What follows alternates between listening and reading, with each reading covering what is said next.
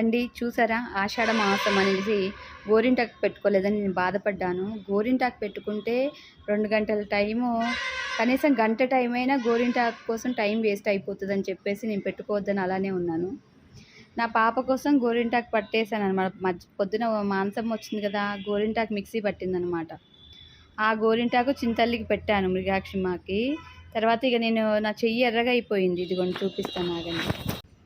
ఇదిగోండి నా చెయ్యి రెడ్గా అయిపోయింది కదా. ఇక ఒక చెయ్యి చూపించాను కదా, ఇంకో చెయ్యి చూపిస్తాను చూడండి. ఇదిగోండి. అయితే శివాని అక్క మా కోరికలు అడగొచ్చు కదా, ఈ టైంలో మీరు ఎందుకు గోరింటాకు పెట్టుకున్నారని తిట్టుకుంటారేమో మీరు. అలానే నాకు తెలుసు టైం వేస్ట్ అయిపోతుంది, కొద్ది టైం అయినా ఆ కోరికలు అడిగే పనిలో ఉంటే బాగుండు అనిపిస్తుంది. కానీ మీకు రిప్లై ఇచ్చే పనైనా చేయొచ్చు.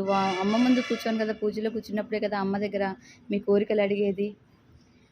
కానీ సరే, మీ ప్రశ్నకి అమ్మ దగ్గర సమాధానం అడిగి చెప్పొచ్చు, కానీ కొద్దిగా రిప్లై అయినా ఇస్తే మీరు కొంచెం ప్రశాంతంగా ఉంటారు కదా అన్న ఉద్దేశం ఉంది నాకు.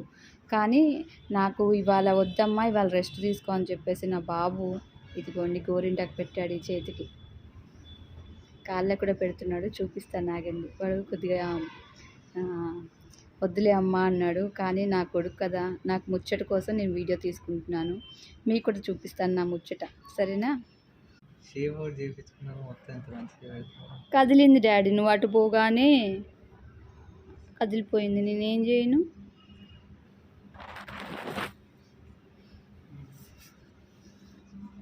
అయ్యో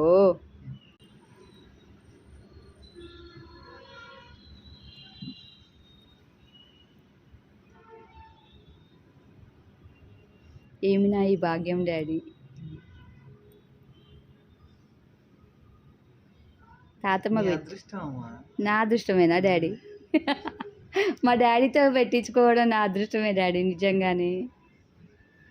తాతయ్య చక్కగా పూలు చెట్లకు నీళ్లు పోసి ఆ పూలన్నీ గోపించి ఆ ఉప్పలతో గట్టిపిచ్చి మమ్మల్ని పెట్టుకోమని చెప్పేసి అనేటోడు డాడీ. తాతయ్య మల్లెపూలు, ఇంకో ఇట్లనే గోరింటాకు అన్నీ తాతయ్య ఏర్పాటు చేసేటోడు.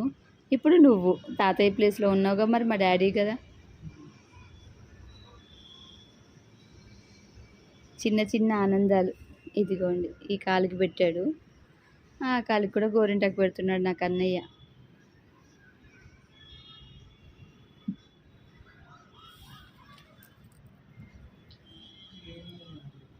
నానా డాడీ రేపు చెల్లె బర్త్డే కదా డాడీ. నా బర్త్డే నారా.